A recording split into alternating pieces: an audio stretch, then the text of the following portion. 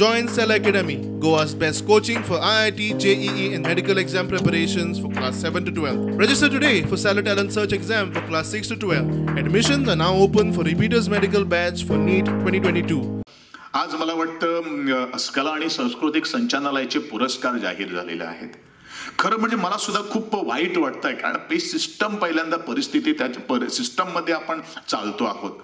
खरं म्हणजे एक पुरस्कार जे आहेत ते मागून केवळ लिहून देऊन देतात मला सुद्धा ते खूप वाईट वाटतं.